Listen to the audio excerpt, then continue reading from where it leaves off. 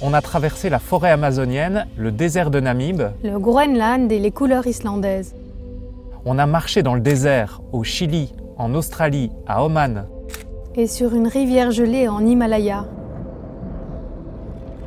On s'est essoufflé dans les Andes péruviennes, on a été secoué par une tempête au Groenland et on a respiré pleinement dans les forêts de Sibérie.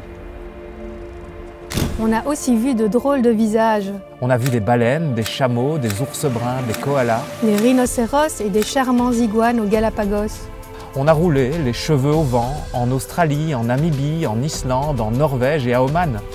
Oui bon, enfin Oman. Qu'est-ce qui se passe maintenant? Ça commence bien. On est embourbé. Les sous-doués en vacances quoi. On a dépassé le cercle polaire arctique. On a rencontré des Belges en Colombie, en Éthiopie, à La Réunion, en Tasmanie. Et diable que c'était bien. On a vécu avec peu de choses, mais l'essentiel, à Cuba, en Papouasie-Nouvelle-Guinée. Puis on a ressenti la douceur de vivre, Hawaï, Australie, Nouvelle-Calédonie, Vanuatu.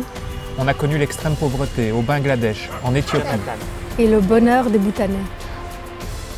On est passé de 47 degrés à Oman à moins 35 aux Zanskar. On a foulé des terres volcaniques à La Réunion, au Kamchatka et en Islande. On a rencontré la bonté, la beauté. On s'est nourri, on s'est aimé. On a partagé, on a travaillé, on a écouté le silence, on a été ému, on a ri, on a vécu intensément. Rien ne sera jamais plus pareil.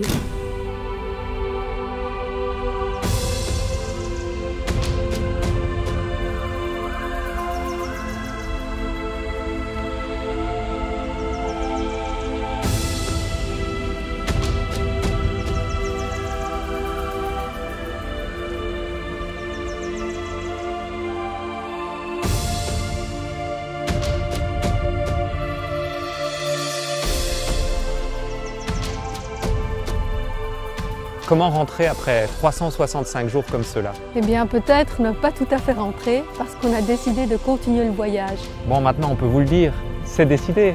La Belgique ne sera qu'une escale de quelques mois avant un nouveau voyage, une nouvelle aventure hors des sentiers battus. Et en tout cas, merci de lui avoir donné tout son sens à cette aventure, à cette belle aventure.